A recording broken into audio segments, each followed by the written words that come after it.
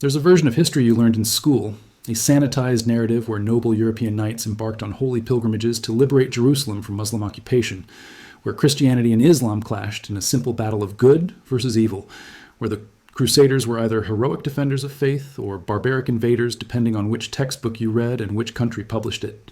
But what if I told you that almost everything you think you know about the Crusades is a carefully constructed lie, a narrative shaped by centuries of propaganda, political manipulation, and deliberate historical distortion that serves the interests of those who wrote the history books?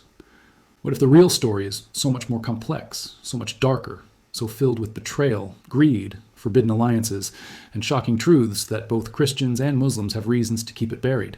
Tonight, we're going to tear down every comfortable myth you've ever believed about the Crusades, and by the time we're done, you'll understand why this period of history, this series of wars fought nearly 1,000 years ago, still shapes the hatred, the violence, and the geopolitical chaos consuming our world today, and why powerful forces on both sides don't want you to know the complete truth.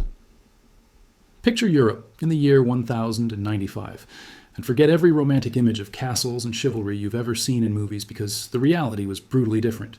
This was a continent emerging from what historians call the Dark Ages, a time when centralized Roman authority had collapsed, when Viking raids terrorized coastlines, when Magyar invasions devastated the East, when society had fractured into countless feudal territories ruled by warlords who spent more time fighting each other than any external enemy.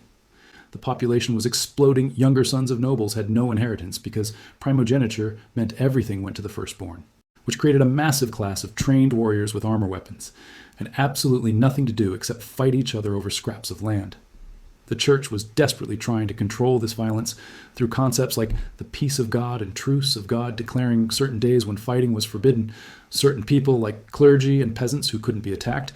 But these efforts were largely failing because warfare was the only profession these knights knew. Violence was their economy, their identity, their entire reason for existing.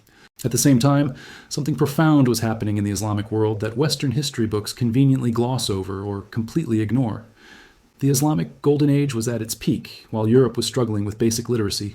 Muslim scholars in Baghdad, Cairo, Damascus, and Cordoba were advancing mathematics, astronomy, medicine, philosophy, and science to levels that wouldn't be matched in Europe for centuries. They had preserved Greek and Roman knowledge that had been lost in the West. They were translating texts, conducting experiments, building libraries that contained hundreds of thousands of books while the largest library in Europe might have a few hundred. Muslim physicians were performing cataract surgeries, writing comprehensive medical encyclopedias, and understanding disease transmission, while European doctors were still bleeding patients and blaming illness on imbalanced humors. This wasn't a backward civilization that needed liberating.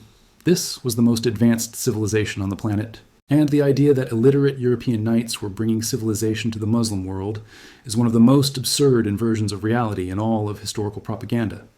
Jerusalem had been under Muslim control since 637, conquered during the Rashidun Caliphate barely 5 years after Prophet Muhammad's death, and here's what your history books don't tell you.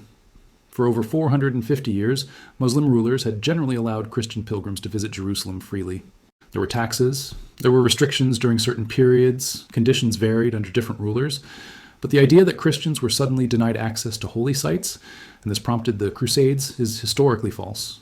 Christians, Jews, and Muslims had coexisted in Jerusalem for centuries, with varying degrees of tension and tolerance, nothing like the religious apartheid or genocide that later occurred when Crusaders took control. The Church of the Holy Sepulchre had been damaged in 1029 by the Fatimid Caliph al-Hakim, who was considered insane even by Muslim standards, and whose actions were condemned across the Islamic world, but it was rebuilt with Fatimid funding and pilgrimages continued. So what actually triggered the First Crusade? The Byzantine Emperor Alexios Komnenos sent envoys to Pope Urban II asking for mercenary troops to help fight the Seljuk Turks, who had recently begun expanding into Anatolia, threatening Constantinople. Alexios wanted maybe a few thousand professional soldiers, some Norman knights perhaps, to help stabilize his eastern frontier. What he got instead was tens of thousands of armed fanatics, peasants, criminals, debtors, younger sons seeking fortune, and religious zealots, none of whom were under his control, most of whom saw the wealthy Byzantine Empire as almost as tempting a target as Jerusalem, and whose arrival nearly destroyed the very empire they were supposedly coming to help.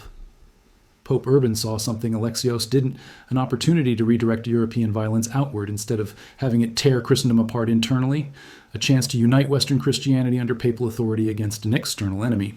and potentially to heal the great schism of 1054 that had split Christianity into Catholic and Orthodox branches by making the Byzantines dependent on Western help. When Urban gave his speech at the Council of Clermont in 1095, calling for Christians to march to Jerusalem, he wasn't just making a religious appeal, he was offering a complete economic and social revolution to his listeners. To the landless knights, he promised territory and wealth in the east. To the criminals and debtors, he promised that crusading would absolve all sins and cancel all debts, essentially offering spiritual bankruptcy protection and legal immunity for any crime if you took the cross. To younger sons who would inherit nothing in Europe's primogeniture system, he promised kingdoms of their own. To the genuinely pious, he promised the highest spiritual reward, martyrdom in holy war, and immediate entry to paradise. To everyone, he described Muslims in the most dehumanizing terms, calling them a vile race, accusing them of atrocities, many of which were complete fabrications, creating an enemy so monstrous that any violence against them would be justified, even celebrated as righteous. The result was explosive and immediate, far exceeding anything Urban anticipated. The People's Crusade, led by Peter the Hermit and Walter Sans-Avoir, departed before the official crusade, even organized consisting largely of poor peasants, women, children followers, who had literally no military training or equipment, but were convinced by apocalyptic preaching that God would provide. This mob made it as far as Hungary before their lack of discipline led to them pillaging Christian towns for supplies, which prompted Hungarian forces to attack them. Those who survived continued into Byzantine territory where Emperor Alexios, horrified by these undisciplined hordes, quickly shipped them across the Bosphorus into Seljuk territory, hoping they'd just disappear. The Turks massacred them almost immediately, ending one of the most tragically absurd episodes in military history. Tens of thousands of people marched to their deaths, believing that walls would fall at their prayers, and that their faith alone would deliver Jerusalem. But before any crusader set foot in the Holy Land, something happened that reveals the true nature of what was unleashed, something so horrific that it exposes the lie that the Crusades were primarily about religious devotion or liberating holy sites.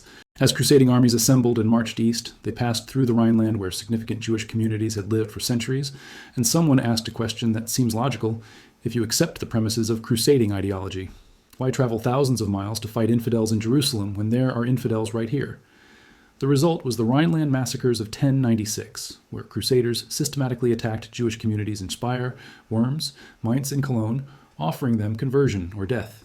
Thousands of Jews were murdered, entire communities were destroyed, synagogues were burned, and this wasn't accidental or incidental. This was deliberate genocide justified by crusading fervor.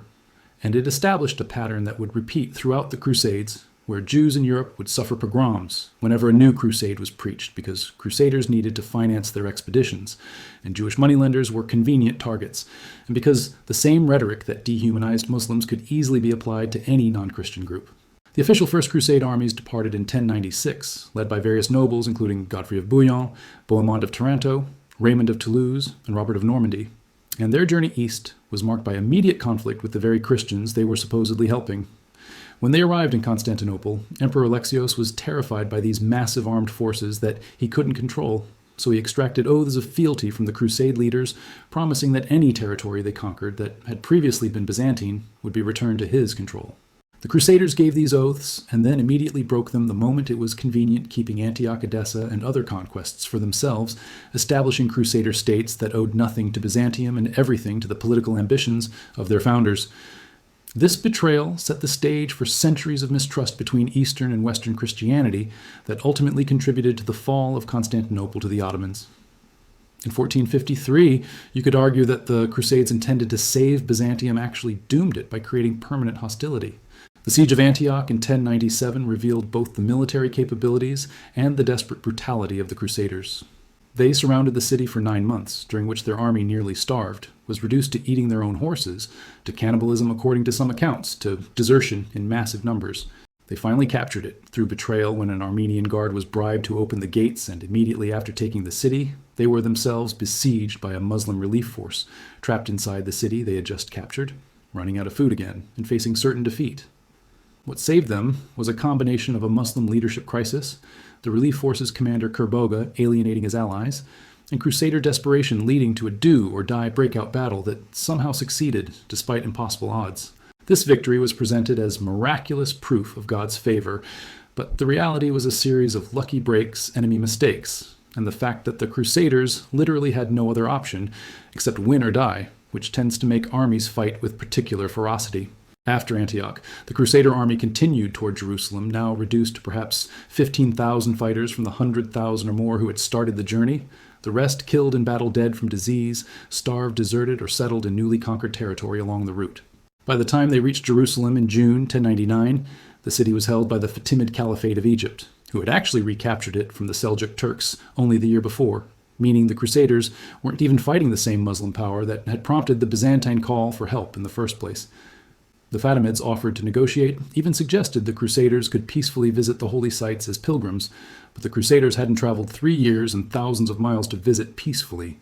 They needed a victory that would justify all the suffering, all the death, all the investment of resources and lives they needed, Jerusalem taken by force, to fulfill the religious narrative that had been constructed. The siege lasted about 5 weeks, with the Crusaders building siege towers and preparing for assault despite having insufficient forces to properly surround the city, and no source of water, since the Fatimids had poisoned the wells outside the walls. On July 15th, 1099, they breached the walls and entered Jerusalem. And what happened next is something that Christians, Muslims, and Jews all agree occurred, but that Western history often minimizes or sanitizes. The Crusaders massacred the population with such thoroughness that chroniclers describe blood flowing ankle-deep in the streets, the Dome of the Rock filled with corpses, the al-aqsa mosque, where Muslims had taken refuge, piled with bodies, Jewish defenders who retreated to their synagogue, burned alive when the Crusaders set it on fire. Contemporary accounts from Crusaders themselves, written without shame because they believed this slaughter was righteous, describe killing everyone they found regardless of age or gender, spending the evening wading through corpses to pray in the Church of the Holy Sepulchre before returning to more killing the next day and celebrating this as a great Christian victory. Raymond of Aguilar's, a Crusader chronicler, wrote that in the Temple of Solomon and the portico of the mosque, men rode in blood up to their knees and bridle reins, and he considered this wonderful and just judgment of God.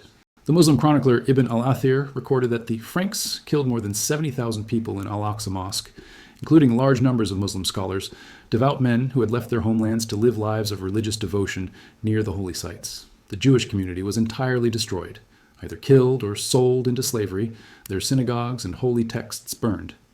This wasn't warfare by medieval standards, where cities that surrendered were spared, and even cities taken by storm usually saw a selective killing of fighting men, but protection of civilians.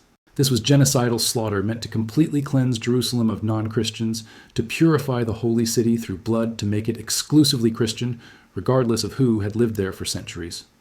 The Crusader states, established after the First Crusade, the Kingdom of Jerusalem, the County of Edessa, the Principality of Antioch, and the County of Tripoli, were fundamentally colonial enterprises run by a tiny European minority ruling over a majority Muslim and Eastern Christian population.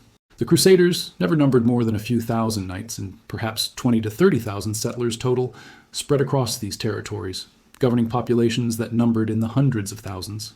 They maintained power through military superiority, castle construction, political manipulation of Muslim divisions, and eventually through alliances with Muslim powers against other Muslim powers, which reveals how quickly religious ideology gave way to practical politics. The Kingdom of Jerusalem's survival depended on playing Fatimid Egypt against Seljuk Syria, supporting one against the other, making treaties with Muslims while fighting other Muslims' behavior that was pragmatic, but that exposed the hypocrisy of crusading as purely religious endeavor. Here's something that will shock you if you've only learned sanitized Crusader history. The Crusader states integrated Muslims into their economies and administration, employed Muslim soldiers, made alliances with Muslim rulers, and the longer Crusaders lived in the East, the more they adopted local customs, dress, food, and attitudes. The children and grandchildren of Crusaders born in the Levant, called Poulains, were often more culturally similar to their Muslim and Eastern Christian neighbors than to newly arrived Europeans. They spoke Arabic, understood local politics, and generally preferred peace and trade to constant warfare. When new waves of Crusaders arrived from Europe, the Poulains often found them disruptive, overly aggressive, ignorant of local realities, and dangerous to the delicate balance that allowed the outnumbered Crusader states to survive. There were multiple instances of Poulain noble making alliances with Muslim powers against newly arrived European Crusaders, whose actions threatened to unite the Muslims against them. The response to the fall of Edessa in 1144, which prompted the Second Crusade, reveals the dysfunction and failure that characterized most crusading efforts. Preached by Bernard of Clairvaux. The Second Crusade was led by King Louis VII of France and Emperor Conrad III of Germany, the two most powerful rulers in Western Europe commanding massive armies, and it achieved absolutely nothing except heavy losses and increased Muslim unity. The Crusaders decided to attack Damascus, which was actually allied with Jerusalem against a common enemy, thus alienating their own ally and driving Damascus into the arms of Nur ad-Din, the Muslim leader who was actively working to unite Syria and Egypt against the Crusaders. The siege of Damascus lasted only 4 days before the Crusaders retreated in humiliating failure, having accomplished nothing except making their strategic position worse. And this crusade, preached by the most respected spiritual leader in Europe and led by kings, resulted in such a complete disaster that crusading enthusiasm died for decades. The rise of Saladin is usually portrayed in Western history as the rise of a great enemy, but from a Muslim perspective, he was a unifier who ended the divisions that had allowed crusaders to conquer in the first place. And from an objective historical perspective, he demonstrated military and political genius, combined with a chivalrous reputation that even European chroniclers acknowledged. Saladin systematically built a coalition, conquered Fatimid Egypt, despite being sent there as an officer of Nur ad-Din, took control of Syria after Nur ad-Din's death, diplomatically and militarily united Muslim territories, and then methodically squeezed the Crusader states through coordinated campaigns. His greatest victory came at the Battle of Hattin in 1187, where he destroyed the main Crusader army, captured King Guy of Jerusalem, executed Rhineland of Chatillon personally for repeated treaty violations, and attacks on Muslim civilians and pilgrims, and opened the path to reconquer Jerusalem. When Saladin entered Jerusalem in October 1187, he deliberately did not massacre the population, instead offering terms where Christians could ransom themselves, and when many couldn't afford the ransom, he freed thousands anyway, making the contrast with the Crusader conquest 88 years earlier absolutely stark. This clemency was strategic as well as ethical, because Saladin understood that massacres would make future cities fight to the death rather than negotiate surrender. But it was also consistent with Islamic teachings about warfare that prohibited killing. Non-combatants required good treatment of prisoners and emphasized mercy when possible. The Christian chroniclers who recorded this were forced to admit that the Muslim reconquest of Jerusalem was dramatically less bloody than the Christian conquest had been, which created uncomfortable questions about which side was actually representing God's will. The Third Crusade, in response to Jerusalem's fall, is usually portrayed as a romantic adventure, featuring Richard the Lionheart, Philip Augustus of France, and Frederick Barbarossa of Germany. And while it did feature dramatic military actions, it also revealed deep dysfunction and ultimately failed its primary objective. Frederick drowned crossing a river in Anatolia. Before even reaching the Holy Land, his army mostly fell apart. Philip and Richard hated each other and couldn't cooperate. Philip went home after helping capture Acre. Richard achieved military victories but couldn't take Jerusalem because he lacked sufficient forces and supply lines to sustain a siege. And he ended up negotiating a treaty with Saladin that gave Christians access to Jerusalem as pilgrims, but left it under Muslim control. Richard, portrayed as the ultimate Crusader hero in Western legend, spent only a few months actually in the Holy Land, was captured and held for ransom on his way home, and never returned, despite taking Crusader vows multiple times afterward, which suggests even he recognized crusading had become more about political performance than genuine religious commitment. The Fourth Crusade in 1202 to 1204 is where the complete moral bankruptcy and true motivations behind crusading became undeniable, because this crusade never even reached Muslim territory. Instead, it attacked and conquered Constantinople, the greatest Christian city in the world, sacked it with a brutality that exceeded most Muslim conquests, destroyed irreplaceable libraries and art, desecrated churches including Hagia Sophia, murdered Orthodox Christians, raped women, and established a short-lived Latin Empire in Constantinople. How did this happen? The Crusaders contracted with Venice for ships, couldn't pay the full price, so the Venetians suggested they capture the Christian city of Zara to pay off their debt, which they did despite papal prohibition. Then a Byzantine pretender offered to pay them and support their crusade if they would help him take the throne. So they attacked Constantinople, installed him, and when he couldn't pay what he'd promised, they attacked again, sacked the city, and divided the Byzantine Empire among themselves. The Pope excommunicated them, then unexcommunicated them, sending a message that even the greatest crimes could be forgiven if you were technically crusading. The impact of the Fourth Crusade cannot be overstated because it destroyed forever any possibility of Christian unity against Muslim expansion. It crippled the Byzantine Empire, which never recovered its former strength even after reclaiming Constantinople in 1261. It guaranteed that when Ottomans later advanced toward Constantinople, there would be no effective Western help. And it proved beyond doubt that crusading had become about power and profit rather than religion. Muslim observers noted this and used it in their own propaganda, pointing out that Christians killed Christians with more enthusiasm than they fought Muslims. that the religious rhetoric was obviously hollow, that the real motivations were land wealth and power, and this perception undermined any moral high ground Crusaders claimed to hold. The Children's Crusade of 1212, whether it actually consisted of children or poor peasants depending on which sources you trust, ended with participants being sold into slavery or dying, never reaching the Holy Land, becoming a tragic symbol of the manipulation of faith for profit. The Fifth Crusade attacked Egypt, initially succeeded, then stupidly refused generous peace terms offered by the Egyptian Sultan that would have returned Jerusalem, pushed further, got trapped by Nile flooding, and had to surrender in humiliating failure. The Sixth Crusade was led by Frederick II, who was excommunicated at the time, and he regained Jerusalem not through warfare, but through negotiation and treaty with the Egyptian Sultan, which worked better than any military crusade, but which was criticized by the Pope because peace with Muslims was the point was supposed to be holy war. The Seventh and Eighth Crusades, both led by King Louis IX of France, both attacked Egypt, and both failed catastrophically, with Louis captured and ransomed after the Seventh and dying of disease during the Eighth in 1270. After that, crusading as a major movement essentially died.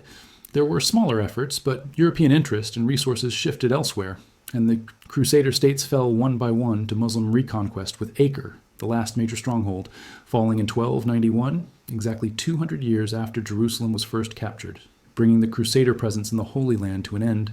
2 centuries of warfare, hundreds of thousands of deaths, massive expenditure of resources, and what was actually achieved. Jerusalem was held by Christians for 88 years out of 200. Crusader states established and then lost, Christian-Muslim relations poisoned for centuries, Orthodox Christianity weakened terminally, Islamic civilization militarized and unified in ways it hadn't been before, European anti-Semitism weaponized through repeated pogroms, and a legacy of religious warfare that echoes into modern conflicts. But here's what you need to understand about why this history matters right now in our world today. The Crusades never ended in the minds of many people in the Middle East. They're not ancient history, but living memory invoked constantly in political discourse, in religious rhetoric, and justifications for current conflicts. When American forces invaded Iraq, Osama bin Laden called it a Crusader invasion. When Western nations bomb Muslim countries, when Israel is supported by Christian America, when French laws restrict Muslim religious practice, when European far-right politicians speak of defending Christian civilization, Muslims hear echoes of Crusader rhetoric, and they remember what happened last time. They remember the massacres, the betrayals, the double standards, the rhetoric of civilization bringing liberation that actually brought oppression. This isn't to justify terrorism or violence, but to explain why these appeals resonate, why recruitment propaganda uses Crusader imagery, why the grievance narrative has power. Because there's historical foundation for the claim that the West has consistently viewed the Muslim world as legitimate target for conquest, dressed up in righteous language. At the same time, many in the West have completely distorted Crusader history in the opposite direction, romanticizing Crusaders as defenders of civilization, seeing them as heroes standing against Muslim aggression, ignoring the context that Muslims were reacting to Crusader invasion of their lands, not the other way around for most of the period, forgetting that Christian Byzantium fell, partly because of Crusader betrayal, forgetting the atrocities committed in Christianity's name. There are politicians, commentators, and movements today who explicitly call for new crusades, who use Crusader imagery, who frame modern conflicts as civilizational wars between Christian West and Islamic East, who couldn't tell you basic facts about actual Crusader history, but who love the aesthetic and the rhetoric of holy war against an enemy that can be completely dehumanized. The academic study of the Crusades has been battlefield itself, with historians arguing for decades about how to characterize them, about whether they were primarily religious or primarily economic, about whether Crusaders were genuinely pious or cynically opportunistic, about whether Muslim reactions were defensive or aggressive, about how to balance contemporary sources that are all biased in various directions. The truth is complicated. Individuals had mixed motivations. Religious devotion and material greed coexisted in the same person. Some Crusaders were genuinely heroic by any standard, while others were simply criminals with religious cover. Some Muslim rulers were wise and tolerant, while others were brutal and fanatical. Reducing any of this to simple good versus evil on either side is historical malpractice. The Crusades were human beings at their best and their worst, capable of incredible courage and horrible cruelty, often simultaneously, acting from mixed motivations under extreme conditions in a world where violence was normalized to a degree modern people struggle to comprehend. What should disturb us most is how easily religious rhetoric was manipulated to serve political and economic interests then, and how easily it's manipulated now, how the same patterns repeat, how leaders invoke God to justify wars that are really about power, how populations are convinced they're defending faith when they're actually advancing empire, how enemies are dehumanized to make atrocity palatable, how complexity is flattened into simple narratives that serve propaganda purposes. The Crusaders genuinely believed they were doing God's work while committing genocide. The preachers who sent them genuinely believed they were serving Christianity while destroying it. The popes who organized Crusades genuinely believed they were defending Christendom while bankrupting it morally and financially. And millions of ordinary people suffered and died for goals that were never honestly stated and could never actually be achieved because they were based on lies from the beginning. If there's a lesson from the Crusades, it's that religious warfare in God's name is almost always cover for less holy motivations, that Crusades don't bring the kingdom of God, but rather expand the kingdoms of men, that violence in the name of faith corrupts faith more than it defends it, and that the legacy of religious warfare lasts centuries beyond the conflicts themselves. Christians should look at Crusader history and feel shame, not pride, recognizing that the worst atrocities were committed by people claiming Christ while violating everything he taught. Muslims should recognize that the Crusades, while traumatic and unjust, didn't actually succeed. Islamic civilization survived and in many ways thrived afterward, and that holding centuries-old grievances as justification for current violence perpetuates the cycle rather than breaking it.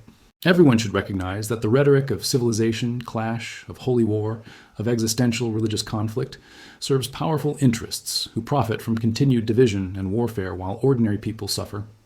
The real story behind the Crusades isn't the one either side wants to tell because the truth is messy and damning to everyone involved. It reveals that humans, regardless of religion, are capable of using faith to justify horror, that moral high ground claimed by any side is usually built on bodies and lies. That wars fought in God's name are still wars with all the waste and tragedy that entails, and that 200 years of crusading achieved nothing lasting except mutual hatred that persists 900 years later, making the Crusades perhaps the greatest sustained failure in military and religious history, an experiment in holy warfare that failed by every measure, yet somehow remains celebrated by people who don't know or don't care what actually happened. And that willful ignorance, that preference for comfortable myth over uncomfortable truth, is exactly what allows the same mistakes to be repeated endlessly, the same patterns of violence justified by the same religious rhetoric in service of the same political goals.